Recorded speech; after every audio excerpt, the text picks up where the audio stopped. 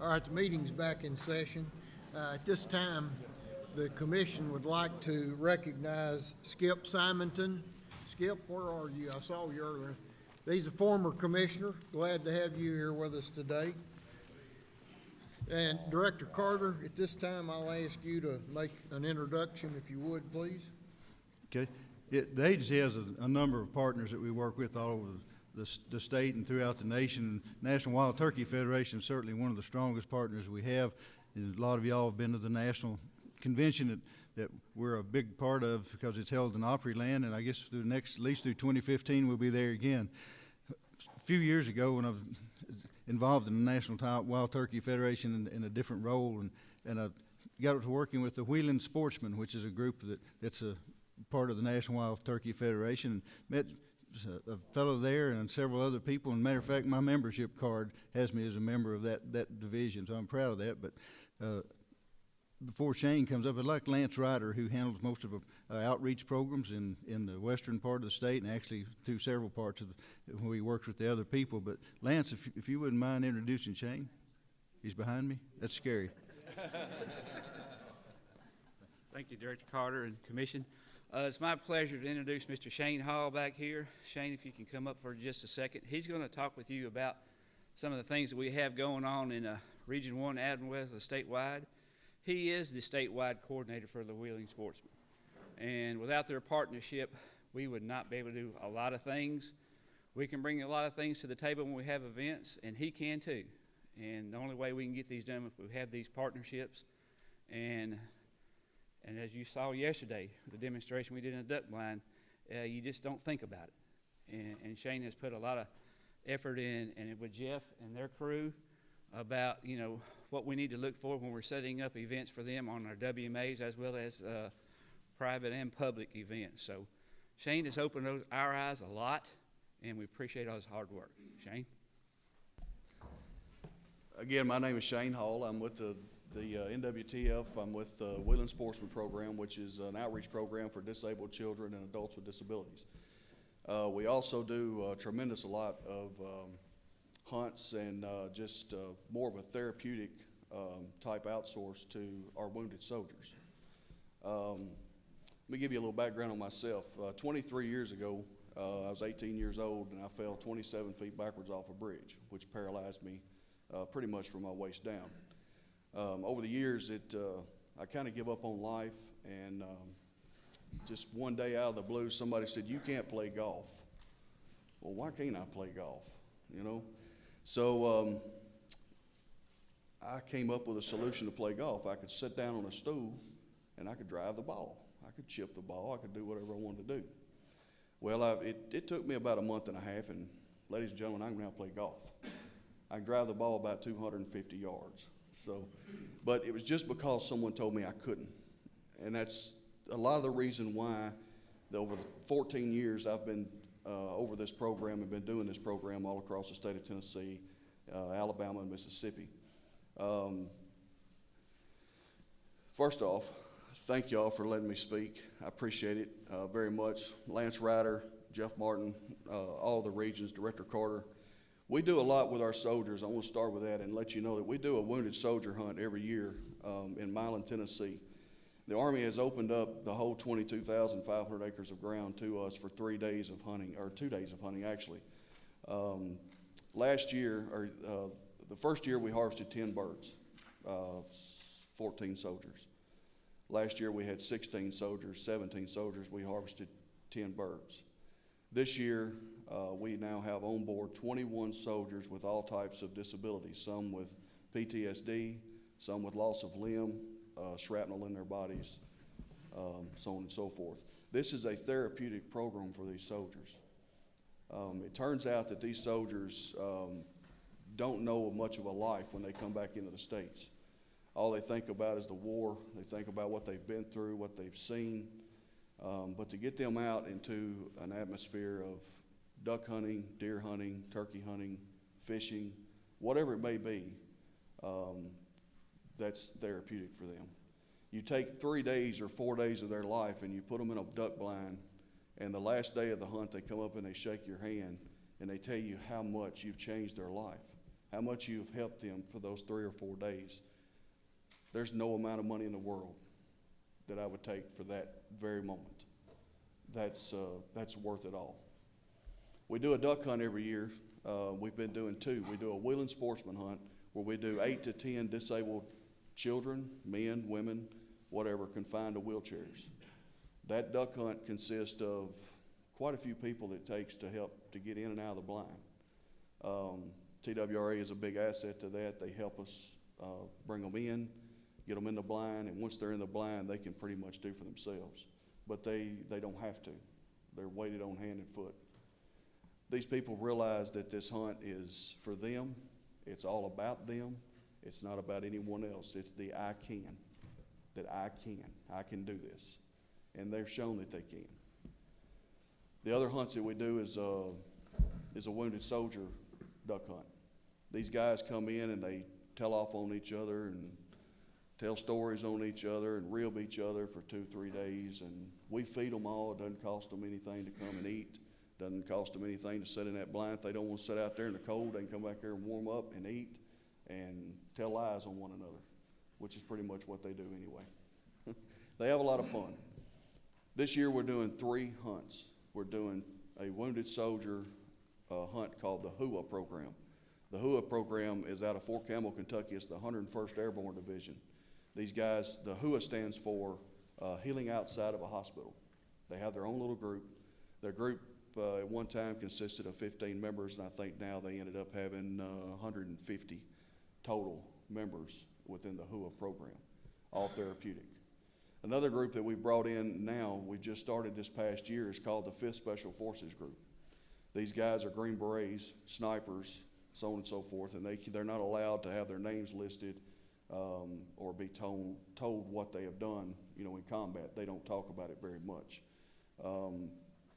But when they do break out and to start talking is usually in that duck blind, and that's therapeutic.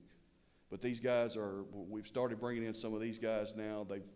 We've connected with their group, and they're coming in. They're started doing the hunting programs with us now. Not only do we have the hunting programs in West Tennessee, Middle Tennessee, East Tennessee, we also set up different hunts across different states. I am now also a part of helping them set up some hunts out in New Mexico, California. I think we had one out in Oregon. We did some turkey hunts out there, and I do all this over the phone and set it up for different people to go out and help. The National Wild Turkey Federation will actually send someone out that way to help, if we got some hunts going on, and also give guidance on how to actually do these outreach programs. The state of Tennessee is known, and I'm very proud of this, for our outreach programs. Our outreach programs are, in my opinion, of course I'm biased, but Class A #1 program. Director Carter came in last year to one of the turkey hunts that we did in Milan, Tennessee, and he was able to see what the soldiers actually got to experience on their first day of hunt. Whether they harvested that turkey or not, it didn't matter. Didn't matter a bit.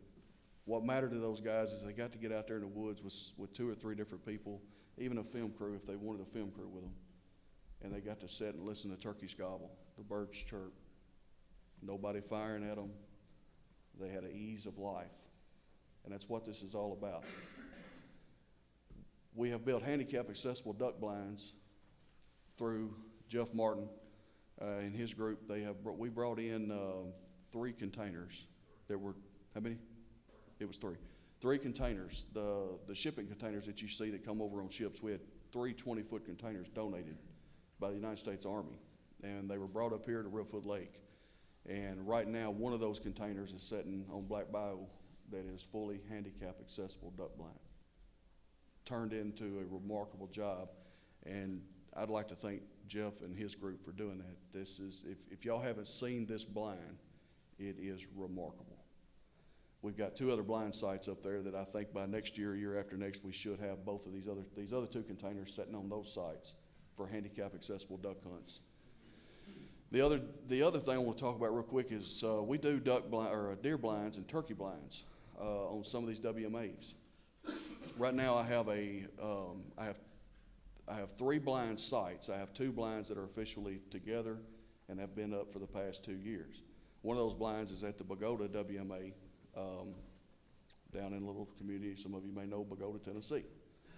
I don't know how many acres that land is, but it's a very nice blind. They can drive right up to the blind, whether they have a handicap lift on their van, truck, whatever, and it sits right down on a concrete slab, and they roll 50 feet up a ramp, concrete ramp, open the door is 5 foot wide. They're able to roll in, shut the door behind them, and they can slide the windows open and deer hunt and turkey hunt. We have food plots planted out in front of them.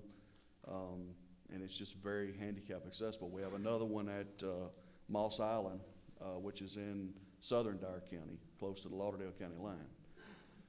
We have another site in Pagoda that right now the concrete work is done. All this material's been donated. None of this has come out of the pocket of anyone actually, but donation, when crews have come down and worked on it. We now have a new blind that's fixed to be set up there within the next 2 weeks. That blind is built, it just has to be transported down and set down and anchored down to it. But I'd like to challenge our commissioners and our WMA managers that at least let's put one handicap accessible deer and turkey blind on a WMA throughout the state. I think it would be a great experience for disabled children to be able to get out and hunt when no one says that they could do this. I think it would be great for someone of a family man that has had an accident, or a mom that says, I used to hunt and fish, but I can't do it anymore. Well, we make that possible. There is no I can't. There is I can. And I'm that person to help set them up to do this. There's many, many ways of doing it, and there's enough people that have a good heart about them that want to help these children and these adults with disabilities to hunt and fish. So again, I want to thank y'all for your time. I appreciate it. If you have any questions, let me know. I'll be glad to answer them for you. Thank you, Shane. Anyone have any questions or comments from the commission? Anyone from the audience with any questions? Thank you, Shane. Appreciate it.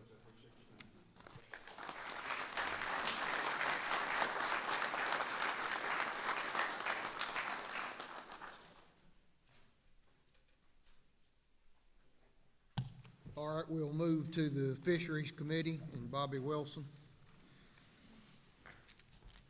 Thank you, Chairman Brown.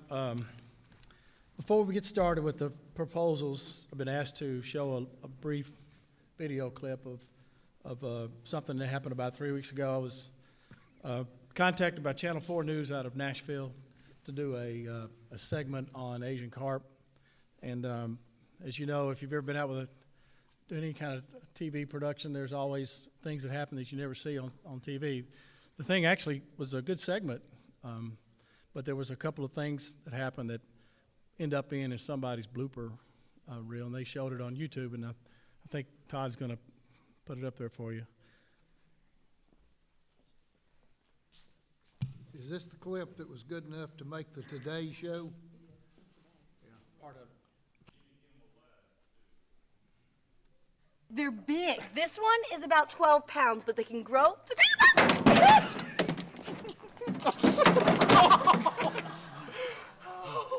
Oh, no. Are you okay?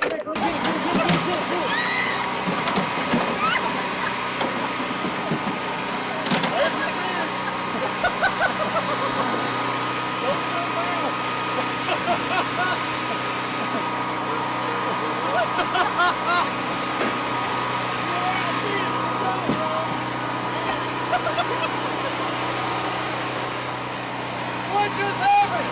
Silver carp. We're not gonna let it go though, alive.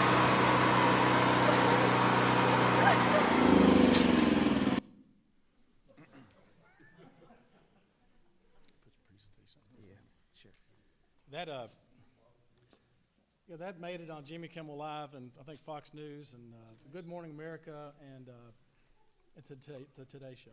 Part of it was poor Brian James was the TWA guy that was the brunt of it, and he was just being a gentleman trying to do his job, and he got caught up in that. He was trying to stay hidden from the whole thing. I'll try to work my way through this. I I took some cough medicine at break and got a pocket full of cough drops and a bottle of water, so we'll see how it goes. Most of the stuff you're going to see today, we talked about, and I presented to you at the August commission meeting. Very little changes. We're going to start with the Sportfish, if that's okay, and then and as we discuss the Sportfish, there's something in there that I want to talk about. We'll have to go to the live bait, and then we'll discuss whatever you want to, and then go to the commercial fish, if that's okay.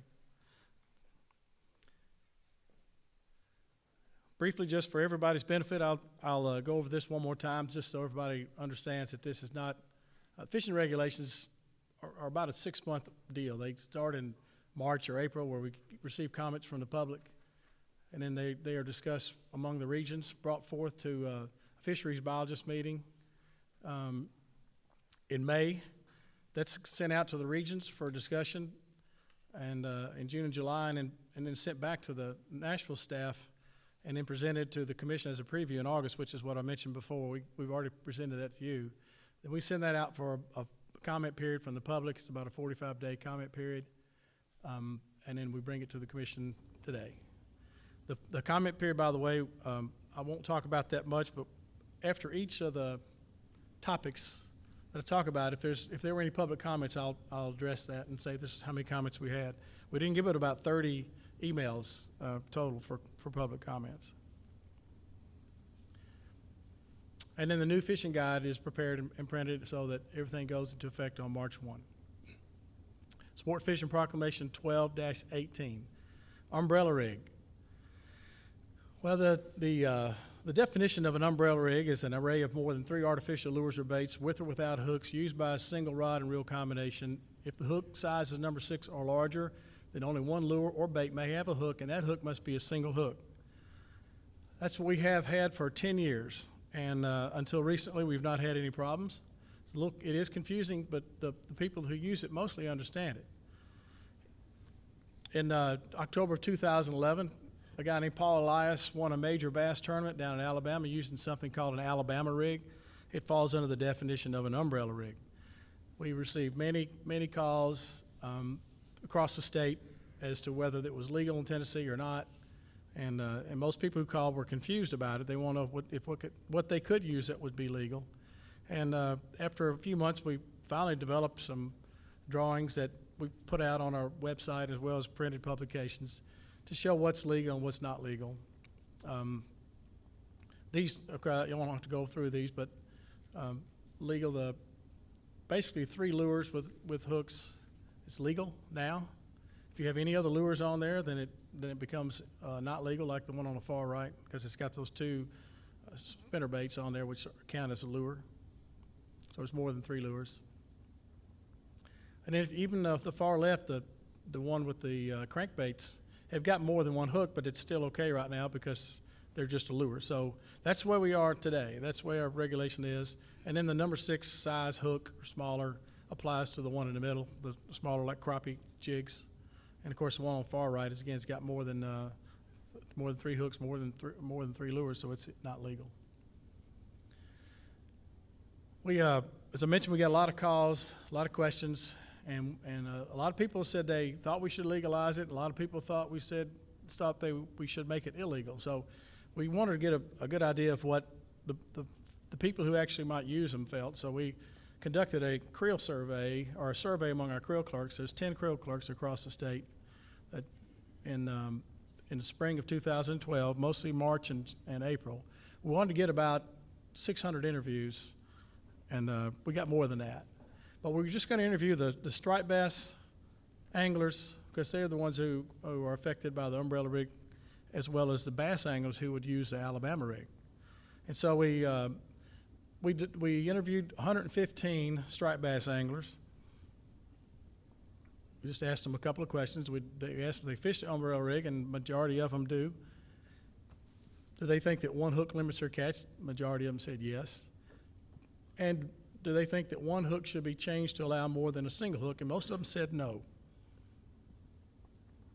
So then we interviewed the black bass anglers, and we got 1,277 interviews, which is twice as many, or more than twice as many that we wanted to get. But that's good, because we got some pretty good information. And we're kind of hoping that if we, well, first of all, let me go to this. We asked them if they were aware of the Alabama rig and the modified forms legal in Tennessee. Most of them were aware of it. And they asked if they'd used the modified form for use in Tennessee, and about half said yes and half said no. And so we asked their opinion about whether it should be legal or illegal, and we kind of hope that 80% maybe would be in favor or 80% against, but we ended up with just about a three-way split there. 36% were neutral. They said it didn't matter. 29% thought it should be legal, and 36% thought it should be not legal. So that kind of put us in a quandary of what we should do. We didn't have any strong feelings one way or the other for a majority of folks. So anyway, we'll go back to this again. The umbrella rig is a definition. I'm not going to go over because I read it once, but just it's very confusing. It's confusing to our anglers. It's confusing to our staff. It's confusing to law enforcement people. There's even our fisheries people. It's confusing to us. So our goal was to try to come up with something that was not confusing or not as confusing, simple to understand, easy to enforce, but a compromise between the groups. The ones that didn't want to make it legal, those that want to make it legal, and then and the striper guys as well. So we used information based on the survey plus the goal of trying to make it less confusing, and we came up with this recommendation that I presented to you back in August, and that was to allow 3 hooks, whether they're single, double, or treble per rod. That's pretty simple. That's it. There's no other if, and, ors, or buts about that. If I was at a Southeastern meeting a couple weeks ago with some other fisheries chiefs, and they had presented some information about the Alabama rig, a survey that they looked at other states. They only looked at 38. I don't know why they didn't look at all 50 states. Maybe they don't have bass populations where they might consider these like in Alaska or something. But they, of the 38 states, I don't remember the number that the Alabama rig was legal in, but there were 19 states that only allowed 2 or 3 hooks per rod. And I had no idea there was that many. I thought there was just a couple. So it's not like we're pioneers here and doing something nobody else has ever done before. So, but that's our recommendation. There are some groups that would be affected by this, particularly the striped bass folks. Most of the striped bass clubs are neutral on it, or they don't have any opposition to our recommendation. There's one group, the Tennessee Striped Bass Association. They've come out and said they don't want to make the change. However, we've looked at all possibilities, all alternate proposals, compromises, and things like that. And every time we come up with one, it looks good. Somebody will say, well, what about this? Or can you do that? It creates more confusion. There's always a loophole for something like that. And so come back around to where this is the recommendation we're sticking with. And we would like to stick with this. And if the striped bass guys see a problem, or if we can document a problem with the bigger fish, their concern is it's going to catch. They will be allowed 3 hooks on their umbrella rig now as opposed to just 1. And they're concerned they're going to catch multiple fish on an umbrella rig, and it will cause mortalities. Our staff doesn't feel that way. We don't think that'll happen. We don't think it'll have a major impact. That's why we have creel limits. That's why we have size limits. That's why we stock fish. But if we see a problem down the road, then we would be willing to address it later, and just in case something else happened. But for right now, we'd like to stick with this recommendation. So I'm going to go over the public comments. Oh, well, let me go over this first, because if it's passed, that is currently legal under the current system, and it's still legal, not because it's 3 lures, but because there are only 3 hooks.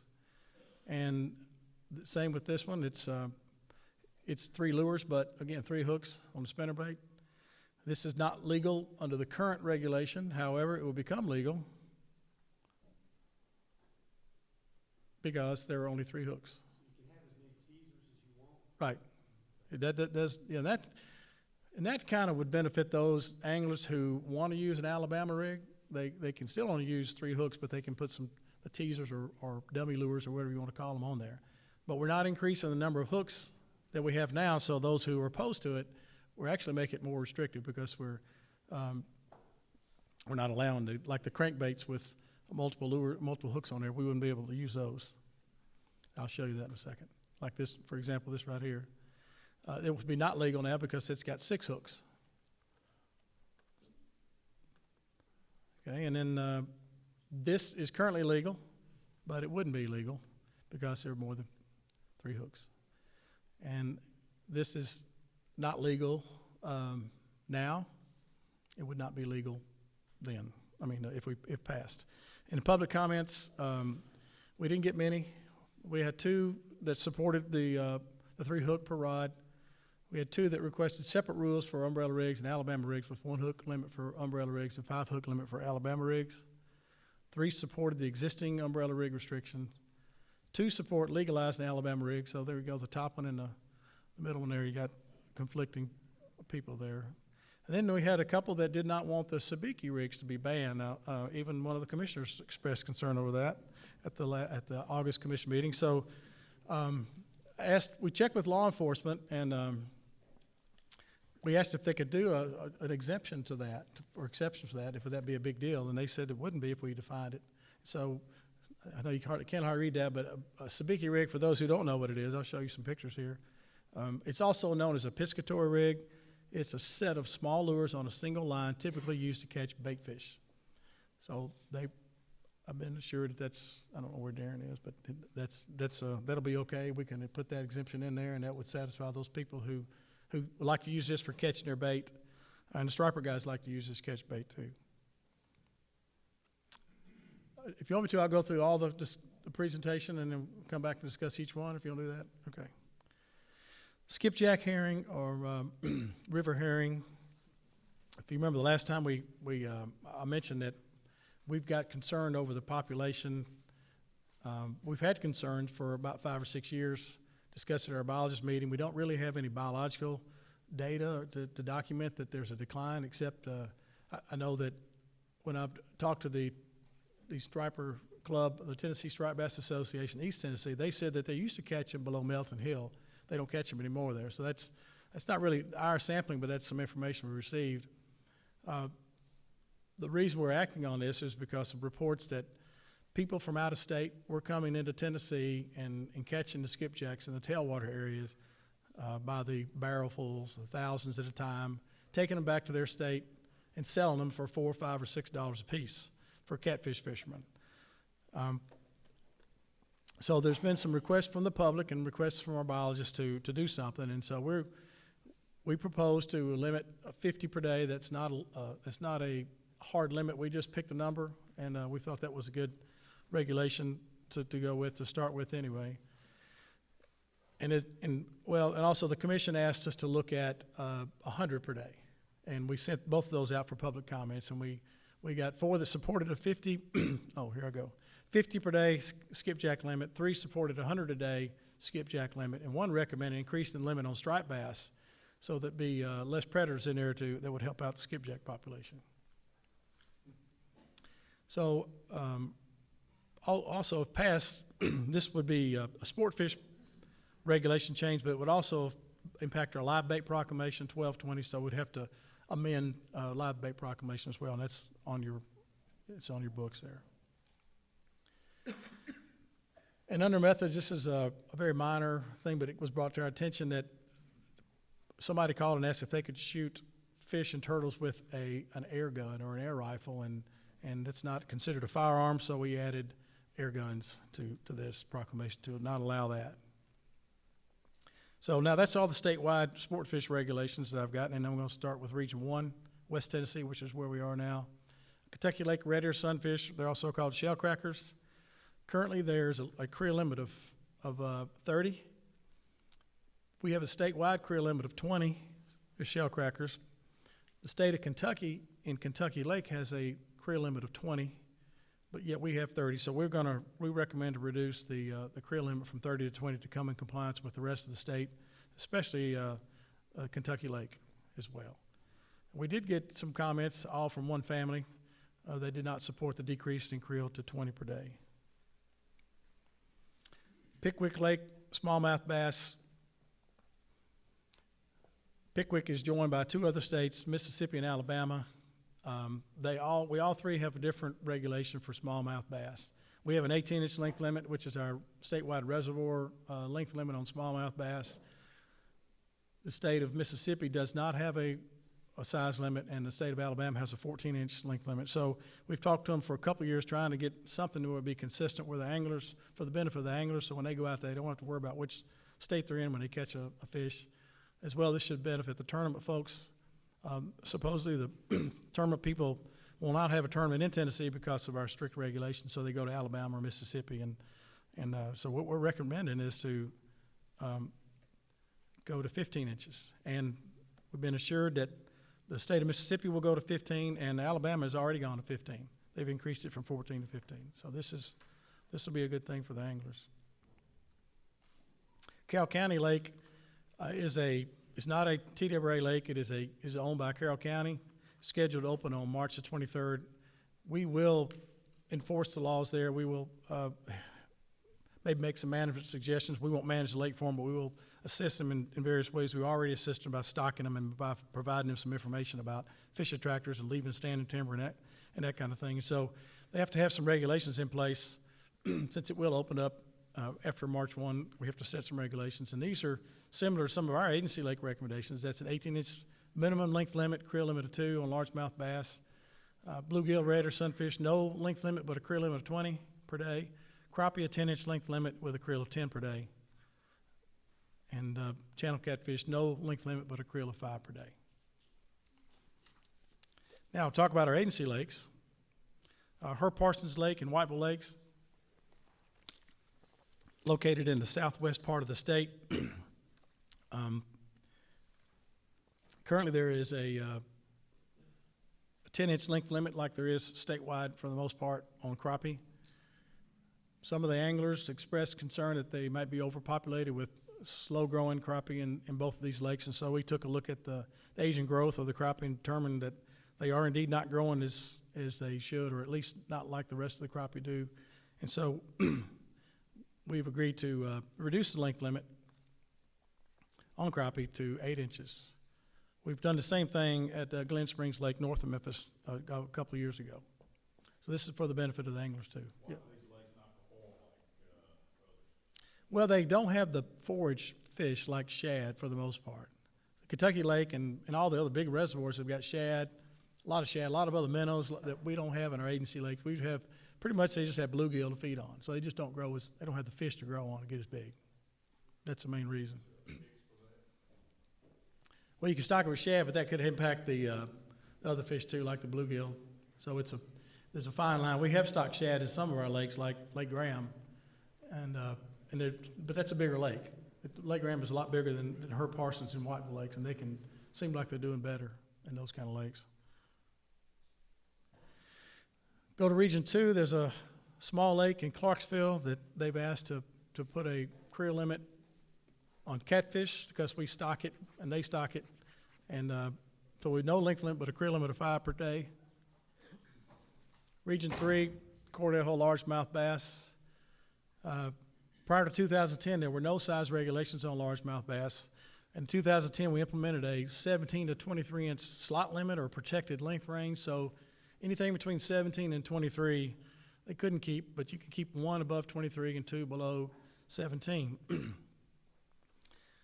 This kind of shows you just the range, excuse me, the area in red that would be the fish that you would have to let go, but the above that and below that you could keep. That's the way it is now. It is a trophy fish regulation, and we were asked to do this by one of the former commissioners to put some kind of, apparently there used to be some bigger largemouth bass in Cordell Hull that they aren't seeing it. The anglers are not seeing as many now, or they haven't. So we put this in place to try to bring that population of bigger fish into place. There was some concern from a lot of the tournament folks that this was too restrictive. They didn't like it. So we took a look at it. We actually did some surveys from our Creel clerk. We asked them some questions. They asked if they liked the existing slot limit the way it is now. 55% liked it, 44% didn't like it. We asked them if they fished in tournaments. Half said yes and half said no, which is kind of surprising. It's a little bit more people that fish in tournaments than we thought, but maybe that's just Cordell Hull. And then we asked if they would support a lower length limit, similar to what's at Dale Hollow Lake on smallmouth bass of a 16 to 21. And 63% said yes, and 36% said no. So we are proposing changing that to a 16 to 21 inch slot limit or protected length limit, but increasing the creel limit from 3 fish to 5 fish. They get 3 under 16 and 2 over 21. And as y'all heard from the guy that was here in August, he thought it was a good thing for us to do, and we think it's a good thing. It's still a trophy regulation. That's a big fish. To have to keep a 22-inch bass is still a big fish. Parksville Reservoir, located in Region 3. Currently, the state record spotted bass came out of Parksville Reservoir a few years ago, 6 pounds, 7 ounce. Turns out it was an Alabama spotted bass, which is not native to Tennessee. We have the northern spotted bass, or some people call them the Kentucky bass. But the Alabama spotted bass was stocked by anglers, apparently, because we didn't do it, to try to get some bigger fish in there, and they did. And when our biologists went out in 2010, 100% of what they collected were the Alabama spotted bass. They weren't the native spotted bass. And looking back at our electrofishing samples, back from 2003, there was 100% of the black bass were largemouth bass. It's kind of hard to see, but that's blue. In 2005, we started seeing these spotted bass show up, and then in 2011, you can see that the majority of the fish, the black bass that we caught, were the Alabama spotted bass. The Alabama spotted bass has been shown that in a lot of reservoirs, where they exist with smallmouth bass, they integrate, and largemouth bass too, and so they hybridize, and they contaminate the gene pool there, leading to an inferior fish. So we're recommending to remove the creel limit on spotted bass from Parksville Lake, and they will not count towards the daily limit of 5 bass that's currently in place. We had one comment that supported the increased creel on spotted bass in Parksville Reservoir. Region 4, Cherokee Reservoir, walleye. Currently there's an 18-inch length limit there. We're recommending to remove the 18-inch 5-fish creel limit to 15 inches and allow the combination of walleye, sauger, and sogeye on all 3 species, and increase the creel limit to 10. So the anglers should like this regulation as well. And then in our far east, wild trout populations, and mostly in the Cherokee National Forest, we've had regulations in place for years that look like this. This is in our fishing guide, and it's very, very confusing. It is for me. I think if you're a trout fisherman and you fish there, it's probably not. But our biologists have been sampling. Rick Bivens has been one of them, been up there sampling for years and years, and in fact, about 20 or 21 years. And after all this time, several years ago, they started talking about doing something different so it's not as confusing. And so what they've determined and what they're recommending is to take some of these regulations I've circled in red and just strike them out, strike out some of the other length limits and other stipulations, so that now we just have a very simple regulation, and you just put the streams, I won't read them all, but with a limit of 5 creel. But you can still only use single hook artificial lures. And then these other ones on the bottom, creel limit of 7, no restriction on the gear. And take all that right there, actually, and just say all other streams in the Cherokee Wildlife Management Area not listed above. Now, in addition to that, we're going to remove the 6-inch length limit on brook trout statewide. These are additional public comments that were submitted to us. Commissioner McMillan would probably like the first one, to have a fishing guide license, lower the trout creel statewide to 4 trout per day, lengthen the season for sport paddlefish harvest, give sport anglers equal opportunity as commercial, improve management of Standing Stone Lake, which we're going to forward on to the Department of Environment and Conservation because it's their lake. Require permits for bass tournaments, ban the dumping of dead or dying bass after tournaments, post signs to encourage more anglers to harvest 15 spotted bass on Nickajack, establish a walleye spawning run restriction on Little Tennessee River, and expand methods for legal take of bluegill as bait fish, and put in the fishing guide that it is illegal to take fish from someone else's trout line or slap basket. These had nothing to do with the regulations that we proposed, but there they are. It's for your information. Okay, that's it for the sport fish. If you want to take just take some discussion time here, and be glad to answer questions.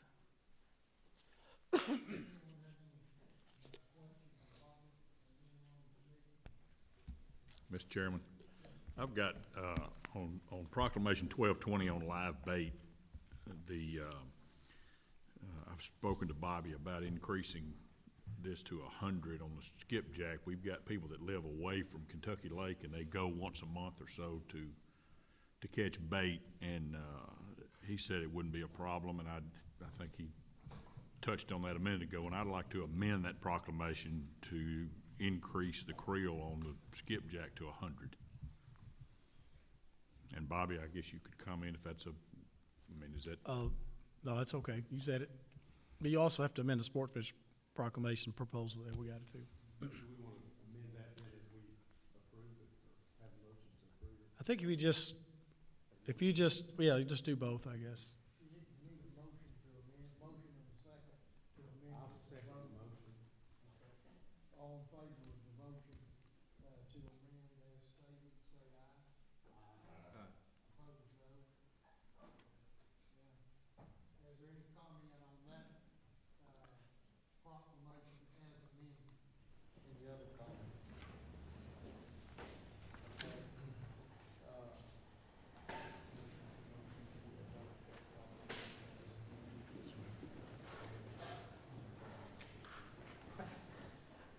Anyone in the audience have any comments about the proclamation as amended? Chairman Brown, I make a motion to adopt the live bait proclamation 12-20 as amended. And we're going to do it separate. Do you have a second? Second. All right, all in favor say aye. Aye. Opposed, no. Okay, the proclamation passes as amended. Do sport fishing now. Yeah. Is there any other questions on that? Does anyone have any questions on the proclamation 12-18 sport fishing proclamation? Anyone on the commission? Comments? Anyone in the audience? Okay. Chairman Brown, I make the motion to adopt the sport fishing proclamation 12-18. Second. Have a motion and a second. All in favor say aye. Aye. Opposed, no. Proclamation. Yeah, we just, that was the sport fish. They amended the live bait proclamation, the first one go around. That was 1220, right? Oh, you haven't done that one yet? Okay. Excuse me. I think what he's asking is, do we need to pass the proclamation 12-18 as amended? I thought you just did that. It is. I thought you did that. They did 1220 and 1218. Yep, both amended to add the skipjack to 100. I make a motion to pass the sport fishing proclamation as amended. Second. All right, have a motion and a second to pass proclamation 12-18, sport fishing proclamation as amended. All in favor say aye. Aye. Opposed, no. I hope all that voting took care of it. We're good to go next? Okay, now we're going to talk about proclamation 1219, which is the commercial fishing proclamation.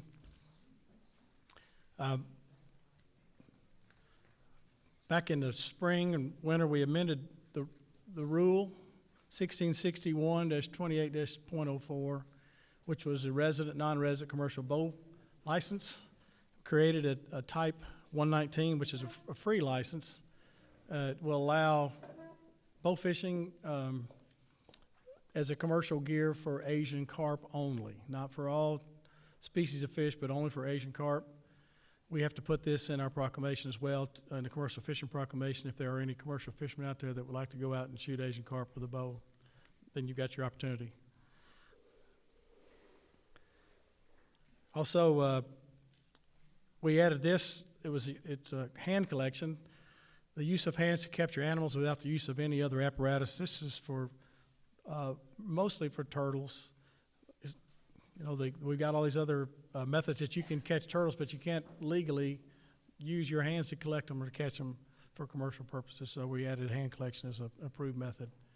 And currently, dip nets are allowed to collect turtles on Reelfoot Lake, but nowhere else. And we're proposing to expand that to allow the use of dip nets statewide, again, mostly for turtles.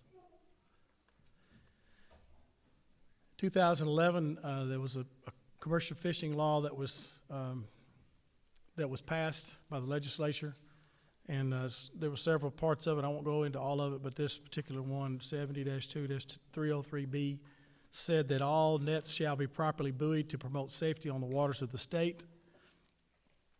We worked with the Commercial Fishing Advisory Committee, that's also called CFAC, and they came up with this description that said all nets shall be marked with a buoy that floats on top of the water, which shall be 4 inches by 6 inches or larger. The name and license number of the commercial fisher must be on or attached to the buoy. This is one that there are some waters that are open to commercial harvest on some of our waterfowl wildlife management areas or some of our other management areas. It's in the wildlife management area proclamation that they could do this, but it's not in a commercial fishing proclamation. So we just wanted to clarify and identify those areas, the management areas that would be open to commercial fishing and the dates that they will be open and closed. And that's what this is. Okay, roe fish permits, the paddlefish, not just paddlefish, but the roe from paddlefish.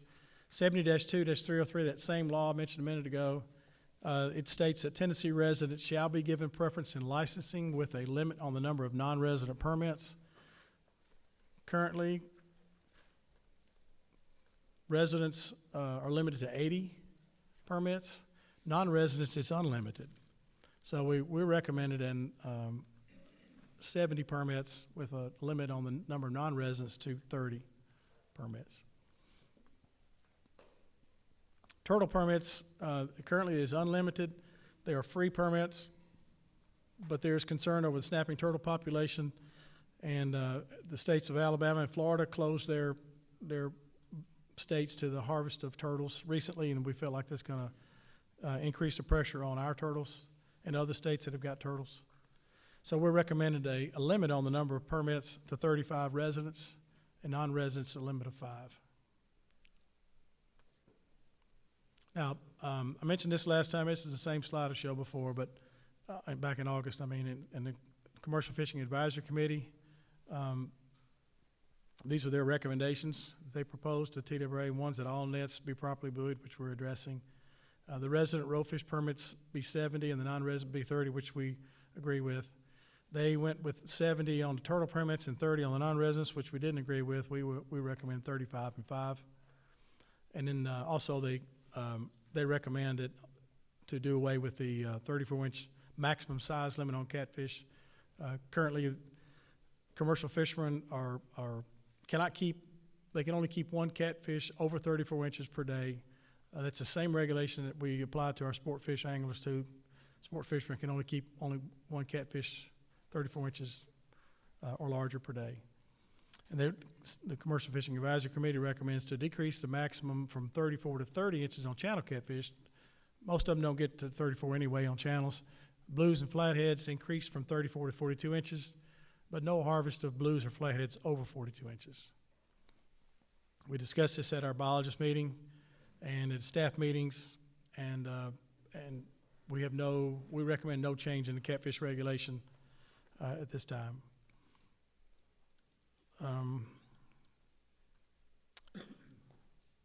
Public comments, even though we didn't ask for any comments on catfish because it was not a proposed regulation. We got 4 requested changes to the catfish regulation as described by the Commercial Fishing Advisory Committee.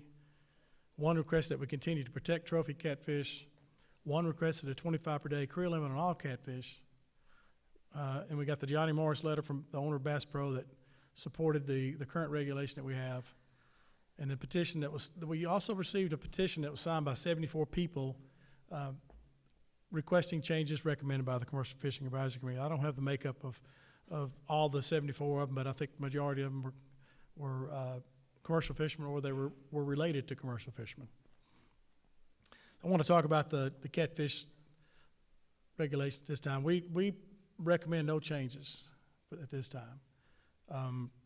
As I mentioned at the August commission meeting, we'd like to conduct another survey of our anglers, our sport fish anglers, to see how they feel about our current management of our catfish. We did a survey in 2001. We did another one in 2006, and we would like to do another one, of course, of the next year, to see if we can't get some information about how our sport fish anglers feel about our current regulation. At the same time, we may submit the recommendations from the Commercial Fishing Advisory Committee on the length limits that I discussed, and submit that out for public comment as well. So those are my recommendations for, even though there's nothing we're going to recommend to change, we're going to do these things over the course of the next year. That's it.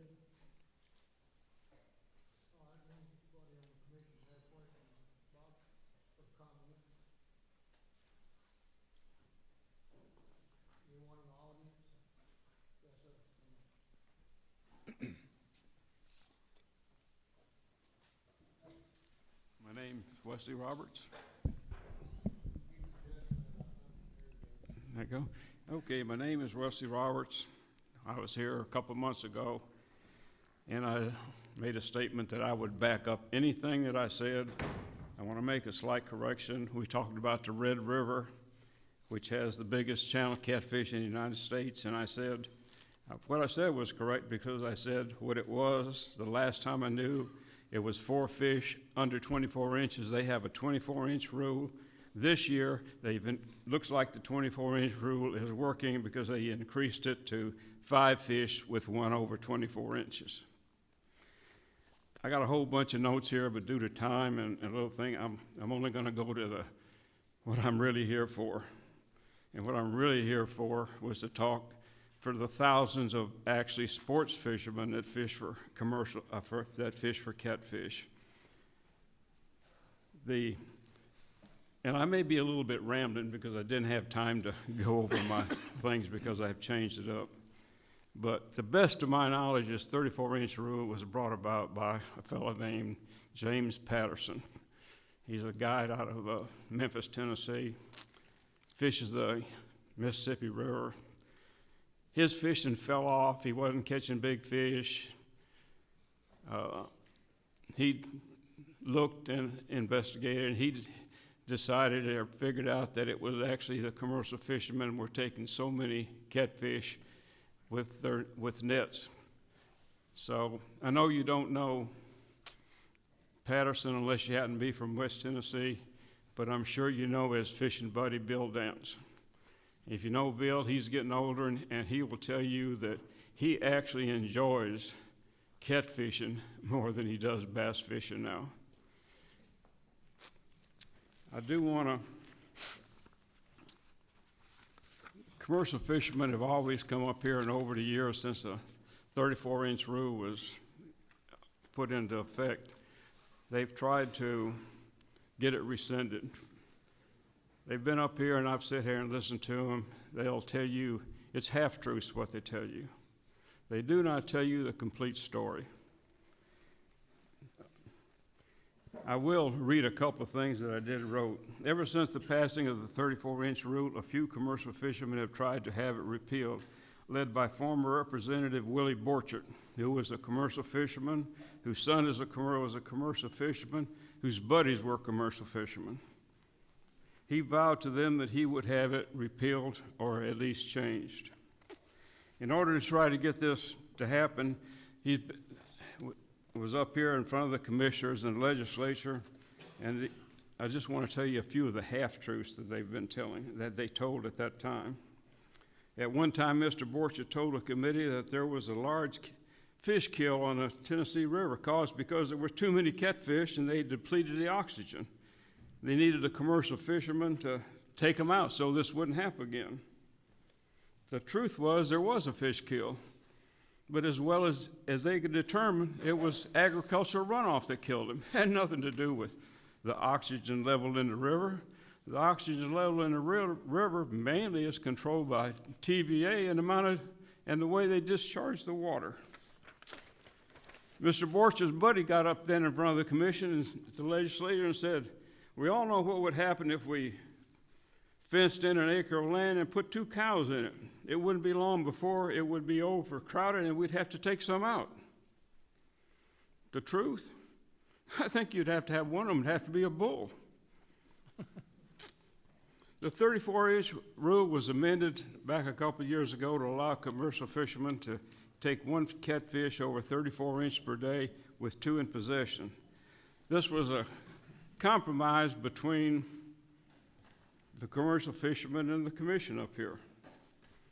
I hate to say it, the truth, Mr. Borcher raised so much cane in the legislature that this was done just to shut him up. This was a political decision and not a fishery decision. This was told to me by a friend of mine in the legislature. You all have friends in the legislature? Check it out. I stand by my statement. Commercial fishermen are asking you now to raise the limit from 34 inches to 42 inches and allow them to catch all the fish that they can catch. They say this is needed for fillets. There is an increase in demand for them due to the increase in because pond catfish are so high. Mr. Wilson, Bobby says that yes, there is an increase in the demand for catfish because it is cheaper. The truth, yeah, there's always been a market for catfish. How much has it increased lately? Nobody knows. It's not that much. I've checked there's not many fish markets left in West Tennessee. I checked, there's 2 trucks that come to Jackson over the weekend and sell at the farmer's market. I checked with them. Both of them say, we don't want anything over 14 or 15 pounds. It's just, they can catch more 8, 10, 12, 15 pound fish than the market can bear. Some commercial fishermen still aren't fishing a full week. They fish 3 days a week. They can catch more than they need. I had a friend the other day, I was going through the line at the post office. He knew I fished. He said, you catch any fish? I said, well, I really hadn't been fishing. He said, I got a buddy, he's fishing this. He caught 5,000 pounds last night. Anyway, these big fish that they're claiming that they want, they're going north. They're going to these pay lakes to the north, and it's just not right. They're just taking these away from sport fishermen.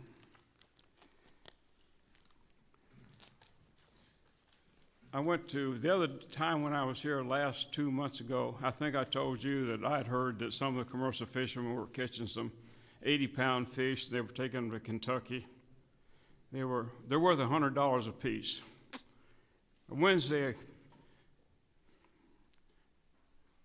Bass Pro was having their tournament classic tomorrow and Sunday up at Cumberland. So I went down to Pickwick just to see what was going on, maybe run into some of my old friends. I was standing up on the bank, the boat pulled up, and this fella got out. He went down to the dam. He come back up. And I looked in his boat, and it looked like he had a thing where he was catfisherman. So I started talking to him, asked him about this 42-inch rule. Oh, he was violently against it. We talked a little longer, and I found out that he took up tournament fishing a couple of years ago. And he told me that last year, he fished below Pickwick. And he told me last year he'd caught one weighed 107 pounds. He said he caught several 80-pounders last year. He said this year the biggest thing he'd caught is 65 pounds. Of course, my question is, have the commercial fishermen already taken so many 80-pounders out of the river that they're getting scarce? I don't know. You know, I think that maybe the fisheries, maybe you ought to have some Creel things. Maybe you ought to investigate. But I do know what the man did say.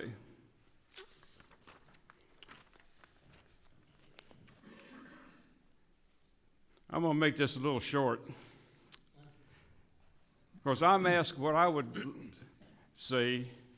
like to see was I would like you to amend the thing where the commercial fishermen can't take any fish over 34 inches.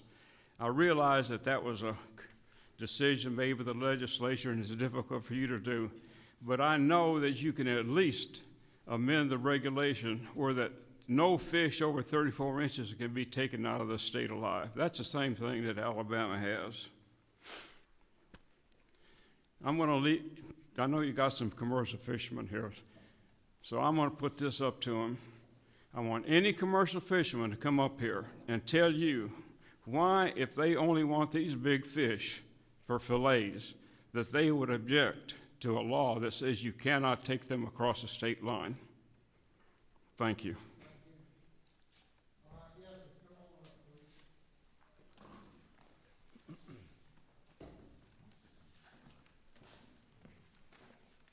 Appreciate your time and your patience. I'm Mike Kelly. I'm on the Commercial Fishing Advisory Board.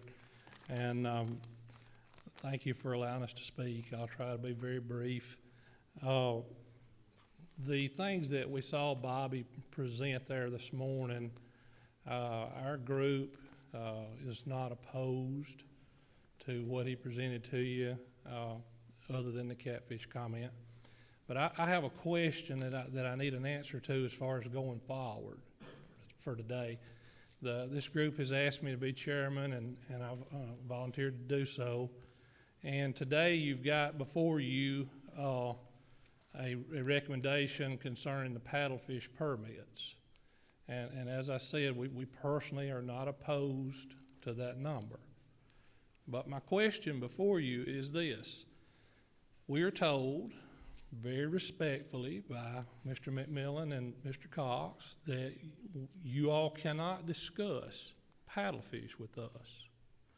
So how can I go forward in leading the committee, and how can I work in this if I can't discuss paddlefish with you and you're voting on a particular item on paddlefish that I personally don't disagree with? But how do we go forward when you tell me we can't discuss anything with you concerning paddlefish?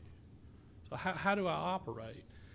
So this is just an assumption of mine. I am assuming by seeing this, there are some subjects concerning paddlefish that are off limits, but I need to know what they are. I need to know what you can talk about, what you're not going to talk about. Because when I go to a meeting with these people and they say, Mike, we need to work on this, we need to work on that, why do I want to work on a meeting with a bunch of people and then come back and you say, Mike, that's off limits, we can't talk about it? So I need a list to go by. What can we talk about? What can we not talk about? That's my comment on that. And speaking for the catfish folks, hopefully to clarify what the catfish people wanted to do, currently, it's a 34-inch limit, and you can keep one a day above that of any size. It can be a 40-pounder, it can be an 80-pounder, it can be whatever. So these guys are keeping their one a day. They're keeping their 50-pounder. They're keeping their 60-pounder. They're keeping their one a day. What the commercial fishing community would like to see is you to raise the fish size a little bit where they can basically keep about 25 pounds and down, and then eliminate them from keeping anything above that. So these 40-pounders they're keeping, these 80-pounders they're keeping, they'll never be able to keep them again. So it appears to us this benefits the sport trophy fishery. And it allows them some more fish that they can sell wherever they sell them. So, I guess since you're the fisheries chairman, what can I discuss? What can I not discuss concerning paddlefish?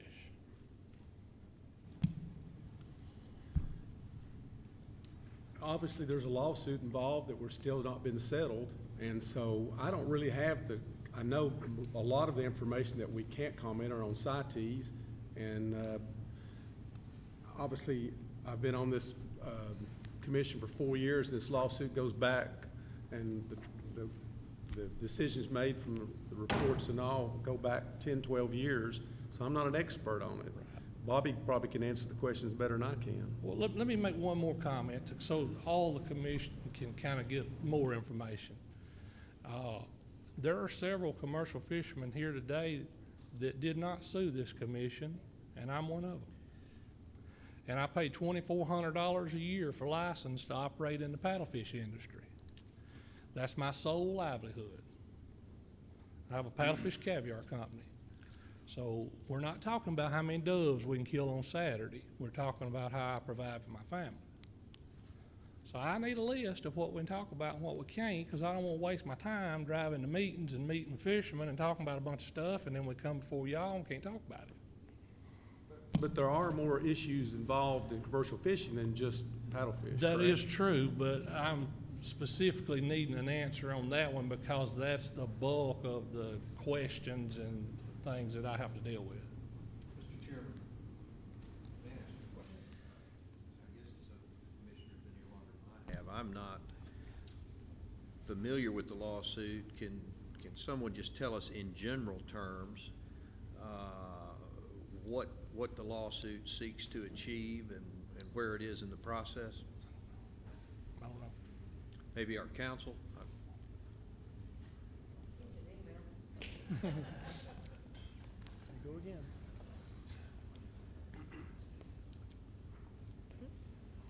Well, I wasn't prepared to do this, and I haven't read it in about a month, but the commercial fishermen sued the commission and the agency seeking to declare a proclamation as unconstitutional. And a while back, I sent y'all an email telling you the issues in that lawsuit. Well, most of them were based on constitutional issues. And the Attorney General has advised that you not discuss those particular issues. The public can discuss anything they want to all day long as you want them to. It's just that you don't need to discuss any particular issues. You can discuss what size, what season you're gonna have paddlefish, but those particular issues, when you start getting into constitutionality of proclamations and things, you don't need to get that detail. But, you know, if you want to talk seasons, you could talk seasons and limits. And like I said, I don't have those in front of me, and I don't remember what they are, quite frankly, but because this has been going on for 2 years, and we've been waiting for a judge's decision for about almost 2 years, 2 years in January. So yeah, it was trial. The trial was January of 10. So we're just waiting on a decision. Waiting on decision. What court was it in? I think we ended up in Davidson County. Chancery Court in Davidson County, yeah. Yep. Does that help a little bit? I'll get you a copy of that, by the way. I'm just curious, is there something from the Attorney General, and if it's in an email and I haven't read it, I apologize, but is there something from the Attorney General that clearly delineates what we can discuss and what we cannot? Because I think every one of us here is in favor of full and open discussions, but when we have advice from the Attorney General that says, well, we can't discuss things, and we can't discuss things. Right. There's nothing in writing from the Attorney General that handled the case because we discussed it and we decided that I would do that. So that's why I sent out the email. But she has offered to come and speak to you as a group again, since there's so many new on the commission, and tell you again in person if you'd like her to. Mr. Chairman, I would like to have that opportunity if she's willing to do that. We'll see if we can set that up next time. Yeah, I was gonna say, Cheryl, if you would, and see if you Yeah. can talk to them and Okay. get them to come there and define the boundaries. I think Mr. Kelly's question or request is reasonable as Okay. to what we can and cannot discuss. Maybe set something up, maybe an hour before a meeting or right immediately after a meeting or something like that. Sure. Committee or full meeting, Yeah, she'd be glad to do that. Okay. She's offered, okay. I can understand where Mr. Kelly's coming from, because we had a meeting this morning before this meeting, and they drove to Reelfoot, and they're asking the same questions they asked us 2-3 months ago, and we're having to give them the same answers. So it'd be nice to have it clarified so that we could give them some answers and some guidance. So I think that's an excellent idea. Hopefully, we can have that done at the November meeting, so we'll be able to give you some guidelines as to what can and cannot be discussed. Thank you. Anyone else wants to make a comment? Yes, sir, come up.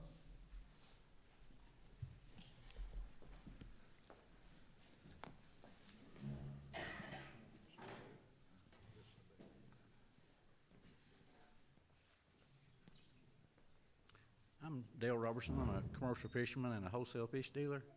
And the catfish size, I'd like you to consider what the committee brought forth. And I am not opposed to being able to ship them out of the state alive. It's strictly for food source. It's not for no pond stocking or none of that. The gentleman said that's all we wanted to do with them. That's not so. I want to sell them to feed somebody and feed my family too. Thank you.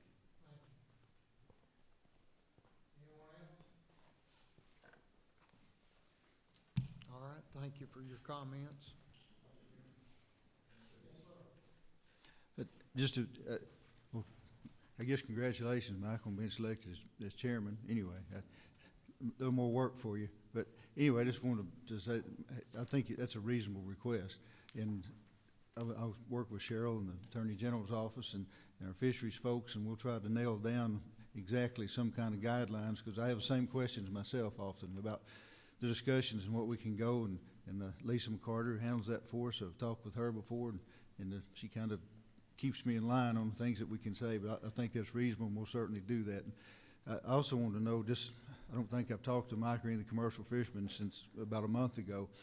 There was a question about the CITES permits, and one or two people had asked, couldn't we send some documentation or sign some things and send it up to the Fish and Wildlife Service that would allow export of the roe, and to get the CITES clearance that we'd have to have. The Fish and Wildlife Service in their Washington office has changed. The person that's handled that for X number of years left. They have a new person. I've called up and asked them if we could meet, and I've met face-to-face twice with the new person that they have. First time that I went through the scenario of where we were, what we would like to do, and what our options were, the letters that we'd written to them and so forth, catching him up to speed. He said, give me some time, let me talk to the folks, and so he did that. And the next time we got together, he said, there's really nothing you can do. This is where we are. And I said, I want to be clear. Is there anything I can write you in the way of a letter? Is there anything I can sign? Is there anything I can do that would have any impact on the permits and on the exports? And he said, there's nothing you can do at this point. So I just wanted you to know I did that, and that was the answer I got back. That's what I expected to get back. But if that changes any time in the near future, I'll sure let you know. But that's where we were on that.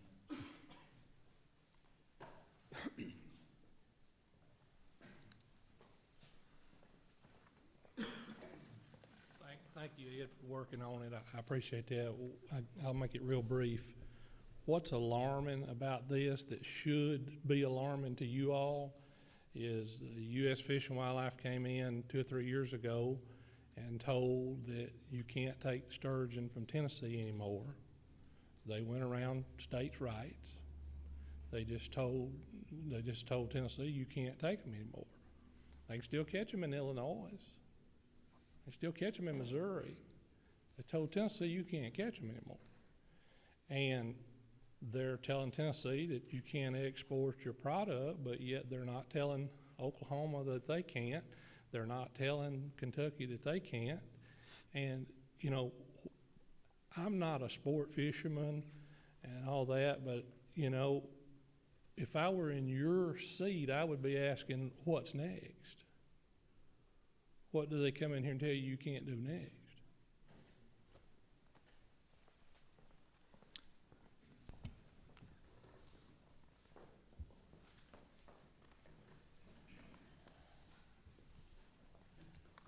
Can I comment on what Mike Kelly just said? The sturgeon he's talking about is the shovel-nose sturgeon, and the Fish and Wildlife Service did close down the harvest of shovel-nose sturgeon in a certain area of the Mississippi River. They didn't just pick Tennessee; it's several states that they in that zone along the Mississippi River that will not allow shovel-nose sturgeon because they look like the federally endangered pallid sturgeon. They both exist in the same water, so it's a look-alike species. So that's why they did that. They weren't just picking on Tennessee. They didn't just tell just Tennessee. It's several states. So, I've got a question. To Mike's point, and I should have thought and asked you this previously, Bobby, if he's correct, I wonder if Tennessee's being held to a different standard on paddlefish. If other states have regulations that are not as that are different from ours, or the length limits are different or shorter or whatever, and they're allowed to export their eggs, why is Tennessee not? I guess the question I'd like to know is what are the states that export paddlefish or that harvest paddlefish commercially, what are their regulations, and are they being affected the same way we are? well, I think it's a fair question he's asking. every one of them have got regulations in place. They're different. Some of them are different from state to state.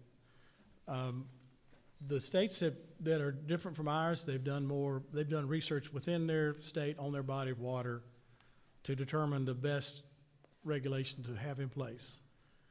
The Fish and Wildlife Service paid for the study that was done by Tennessee Tech University on Kentucky Lake. That's the best, most recent information that's available for Tennessee. And it was done on Kentucky Lake, but so that's why we've got the regulation that we do, because that's specific to originally it was supposed to be Kentucky Lake, but they applied it statewide, except for the Mississippi River. There are states that have regulations that are more restrictive than ours. Ours is a 36-inch length limit statewide, except the Mississippi River where it's 34 inches. Kentucky and Barkley, the state of Kentucky and Barkley Lake and Kentucky Lake have got 38-inch length limit. Ohio River's different, it's 32-inch, but that's all the states have 32. They've done their research for all the states that border the Ohio River where they allow paddlefish, and that's the regulation they came up with. Arkansas, for some of their waters, have a 37-inch length limit. Mississippi has a 37-inch length limit. It's more restrictive than ours. Alabama is, don't know for sure, but they're talking about opening some of their waters. The waters that are like ours in the Tennessee River chain are going to be a 38-inch length limit more than likely. So it's all, if they've got the documentation behind it to show that whatever length limit they choose is justifiable based on their science, then they'll go with that. The Fish and Wildlife Service would agree to that. The reason ours is 38, because that's what the Batoli study or the Tennessee Tech study said we need to go to. Actually said need to go 40. We had a plan, as you know, that would have brought Tennessee to 38 inches. We would have been there 2 years ago, or maybe 3, but it was stopped. I don't remember the year, but it was stopped at 36 inches and has not gone beyond that. That help answer your question? So it's just based on the particular body of water, wherever it might be. Yes, if that state can document that that's a good, scientifically proven length limit for their in season, and all the other regulations go in place for their population. Have we we haven't conducted a public opinion survey about opening new waters that has been requested by the commercial fishermen, have we? Yes, we did. After we developed the plan to do the study last year, we asked for public comments. I think, right, Frank, didn't we get? I can't remember. Regardless, we got about 200 public comments on that, and we included that with the plan.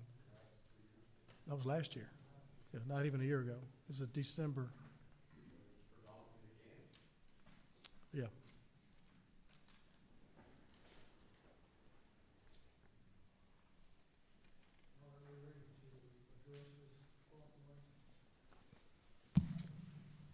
No other questions?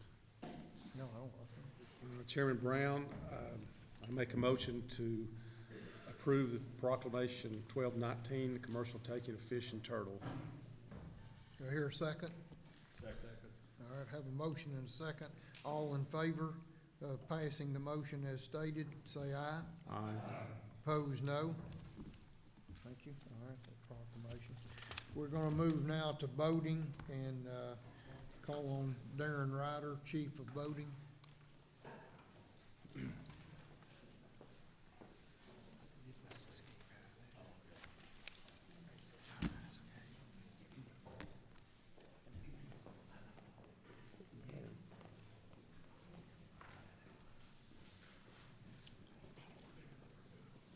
Thank you, Chairman Brown.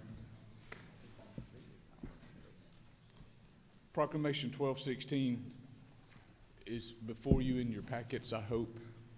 And what this is, it temporarily suspends and slow no wake zone for Rule 1662.7.351, which pertains to the Wolf River. And this temporary suspension is for January 1st, 2013, from the hours of 10 a.m. to 2 p.m. It's so the Collierville Ski Club can hold their ski freeze event on this day, and that got to looking, and that's for the Dream Factory. It's a fundraiser for the Dream Factory out of Memphis that they target kids from 3 to 18 that have a critical or chronic illness. Be glad to answer any questions. What section of the river is it on? Because where I'm familiar with it, it'd be more like a daredevil deal. I'm sorry, I didn't hear you. What section of the river is it on? It's right there at the mouth of the river. Is that right, Alan? It's right there in the harbor by in the town. Mississippi, okay. I'm sure they'd love to have donations, and they'll take you and pull you around. That's correct. Chairman Brown.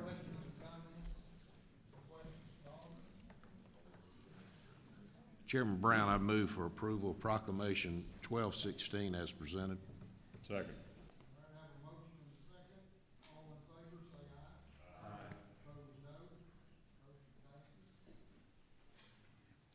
Thank you, Chairman Brown.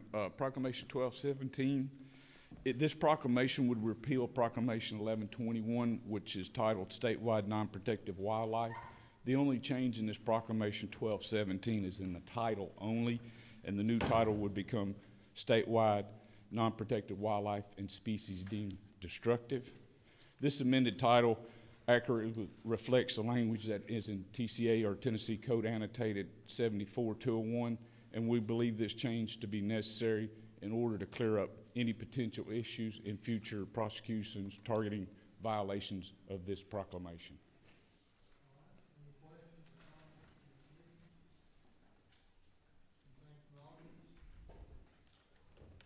Chairman Brown, I make a motion to approve Proclamation 12-17 as presented.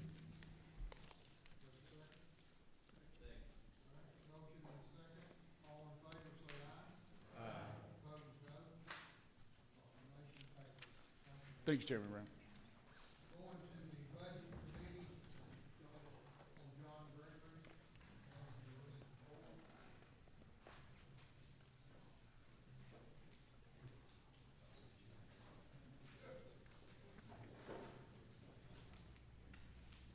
Back again. Thanks, Commissioners. I'm here today to present a request to expand the current year budget by $10,000. This was money that we negotiated in an easement agreement with a gas company that needed to make a major gas transmission line across our property. We got the appraised value as the building commission would require. They also provided 3,000 additional acres that adjoin the North Cumberland WMA to be used by the public and managed by TWRA. And then they also presented, well, in the last few weeks, we got the first check from the company to help manage those 3,000 acres and develop new food plots and fields for the elk program. And so we want to establish this budget with the $10,000 that we got from them. And this will continue for the next 4 years at $10,000, and then it'll drop to $5,000 as more of a maintenance of those lands till the easement is no longer needed. So there's no telling how many years that would go. But we'd like to amend the budget by $10,000.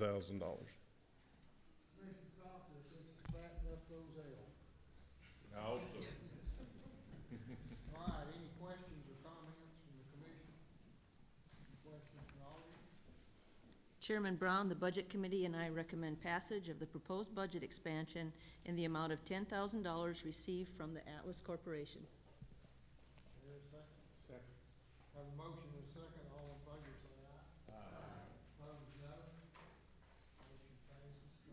Thank you. Thank you. Going to real estate report, Gordon Martin.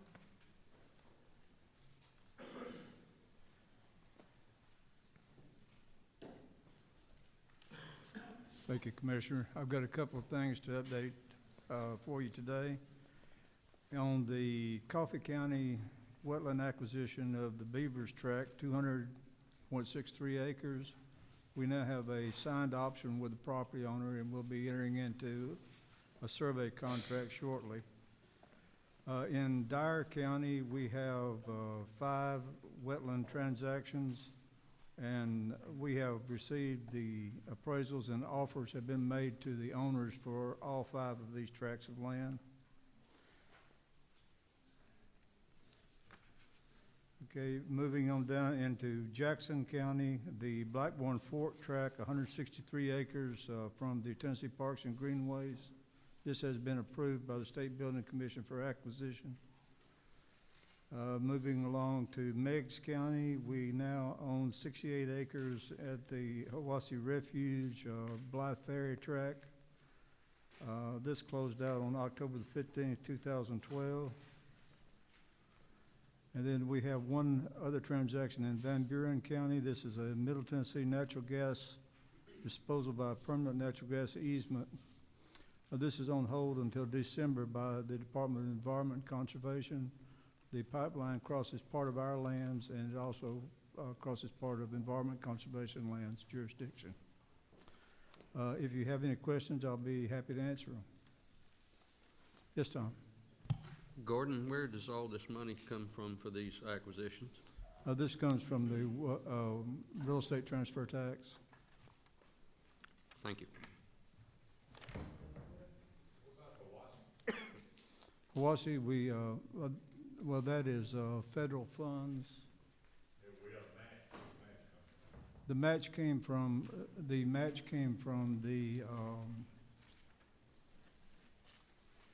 the natural resources, the land trust of Tennessee. I think our commitment in that was $250,000, and they basically covered the balance of it up to $374,000.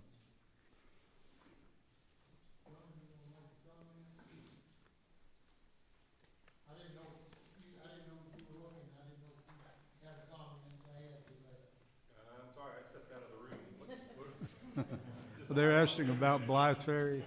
Blythe Ferry, it's 68 acres. 68 acres. It's a wonderful piece of property. It adjoins the current Hiwassee Refuge. It gives us a real good boundary on a state road that encompasses all of the Hiwassee Refuge. We're excited about it. It's the last little section. One little section.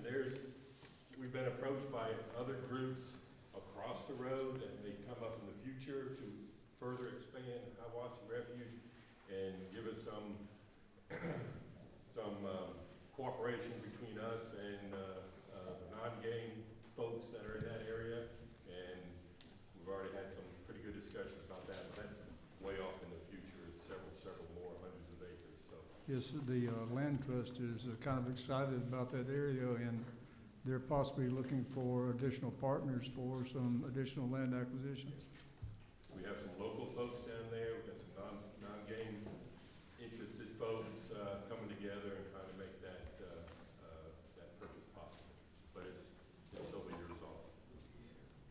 Mr. Chairman, I think the purpose of my question, I think Commissioner Rice and I had discussed it, that we just we used to get a dissertation from Director Myers about where all the money came from, and the question was, license dollars going to pay for this land, or is it wetlands, or is it other NGOs and things like that paying for it? So that was Yes, the sir. reason for my question. I don't see, the Director Carter must have stepped out, but I know there is a conservation group or organization that's contributed towards the purchase price and the match, is that right? Oh, yes, Blythe Ferry, we had $250,000 of federal funds that we contributed to the acquisition, and the land trust, they contributed $174,000 as match for the $250,000 that we were putting up. The Land Trust of Tennessee. Any other questions, comments? All right, thank you. Thank you. Ken, I haven't seen Ken. Nancy, you gonna do this? Yes. You have in your book a financial report for September 2012. As Ken always says, this is information reported to us by Department of Finance and Administration. I'll go over it a little bit, but quite honestly, it's a little misleading at this point. It shows the boating fund being down 83%. That on collections, that's not exactly the way that we look at it. We say the boating fund is down, but it's down about 33%, but we do have the spring, and then this is compared against last year.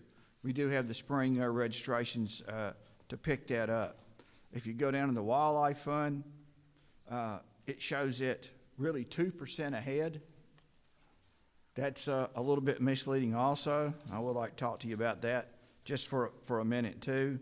If you go down to our Lifetime Sportsman's Endowment, we sold 611 lifetime license, and we have about $32.8 million in that endowment. If you go to, and what's not on there that I want to talk to you about is, if you look at our license sales and you take our license sales for the last 17 months, 13 of those months, we've been down in license sales compared to the previous year. 2 of those months we've been up, and 2 we've been even. So the way that we're looking at it, when we look at our license sales on a weekly basis and analyze those against previous years, we're down at this point about $500,000 against about a $6.4 million collection. Now, that's a little bit different than the trend that we saw last year. We just wanted to make you aware of that. We don't think that it's anything to take any action other than us to make sure that we're watching that and see where it goes.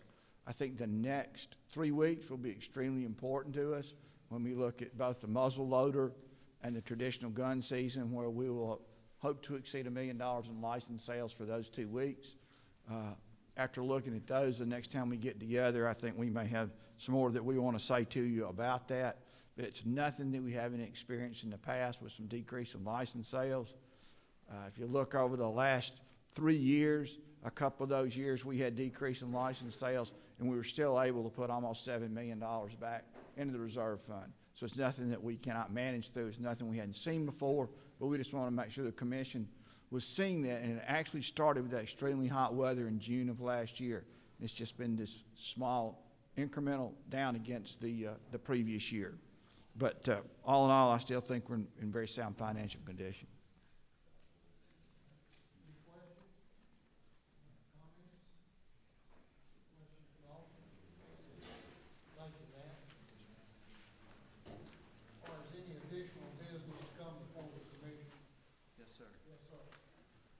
Ladies and gentlemen, my name is Bob Jones. I'm a resident of Dyer County. I work for the city government. I'm the city recorder, and I'm accompanied today by one of our city aldermen, Mr. Kevin Chaney. He's a local businessman in Dyersburg, and he and I share something in common. We both have farm property in Dyer County, and we're very good stewards of our property. We spend a lot of money and a great deal of time improving the resources of our lands. Unfortunately, we're both continuously plagued by poaching and by trespassing. About this time a year ago, just prior to muzzleloader season, I was walking the parameters of my farm, only to discover that someone had set up an illegal baited site for deer hunting. I contacted the Jackson office to report the issue. I want to compliment them. They were extremely responsive. They had a wildlife officer contact me within 30 minutes. I think that's excellent. Within an hour, that officer, and he's here today, Officer Taylor, he and I went to the site. He helped to investigate the condition. We talked about the circumstance. And he also asked me if I was ready to move forward with this process. This is a serious matter. If you've ever had your home broken into or something stolen from you, this is a similar occasion. It's very disturbing. You don't know what the consequences are going to be. We did move forward with it. Opening day of muzzleloader season 2011, Officer Taylor and other wildlife officer Lemons staked the site out. They made the arrest. The poacher trespasser was fined nearly everything on the rules and regulations. No license, no hunter orange, baited area, trespassing, and so forth. They did a fine job, and I appreciate that. And then one comment I want to make while I'm at this point is there's really not a mechanism, I don't think, in place where the homeowner finds out what the results of this will be, because it does go to a judicial situation, and I never really knew what took place as a result without really having to kind of find out that information.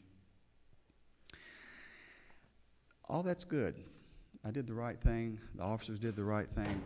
Unfortunately, this is where the wheels fall off. That individual who's locally known, local reputation, this person's in and out of trouble, and I'm sure this is repeated around the state 10,000 times over, was back hunting within 2 days. He's back hunting on a neighbor farmer's property. He's had to be asked to leave that property. And then 5 days later, this individual, whom I have no relationship with me, calls me at my office at work to inform me that I had a fire on my property. So that I had a fire on my property, and that he told me who he was, and he wanted to let me know that that was serious to him because it was jeopardizing burning the shared levee I have with the property owner, because he hunts that levee. Well, how well I know, we basically busted him 7 days earlier. A lot of gall, a lot of confidence in his ability to poach and to trespass. The fire cost me about $800. It was a very windy weekend. It spread along a northern levee across our property. It burned several large trees that within 2 days fell across a power line, knocking out all my electrical equipment that runs my irrigation well.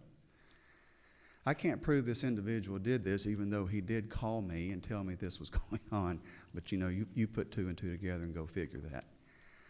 So I know that there are rules and regulations in place that punish people like this. I don't think they're stiff enough. I don't think they have any long-lasting consequence. I become the victim. It cost me, 10 times more than it cost this individual. And today, he's still out there. In fact, ironically, while waiting to join Mr. Cheney to come up today, he's sitting in front of me at a red light with his deer equipment. So I ask your assistance. I know we all have friends in the legislature. This isn't something that's come before this commission before, but I do ask that you talk to your legislators, talk among yourselves, and discover whether or not you can revisit the rules, the regulations, the mandates that puts a little more teeth into the bite, because the people like this, they get away basically with murder. It's a tremendous insult, and when you've got a beautiful, pristine piece of property, lovely trees, a great piece of farmland, overnight, it's not something you feel good about. Now everybody's concerned about being down there. My wife always says, don't forget to take your cell phone, and don't go down there unarmed. You know, that's the kind of situation that we've been made to feel because we're trying to do the right thing. So I'm asking your help. Take this into consideration. I think I have a voice for a lot of people in this state that have the same problems. Some of you may have the same problems.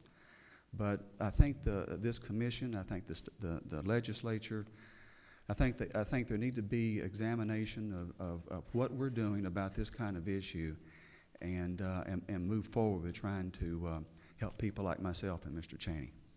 Thank you.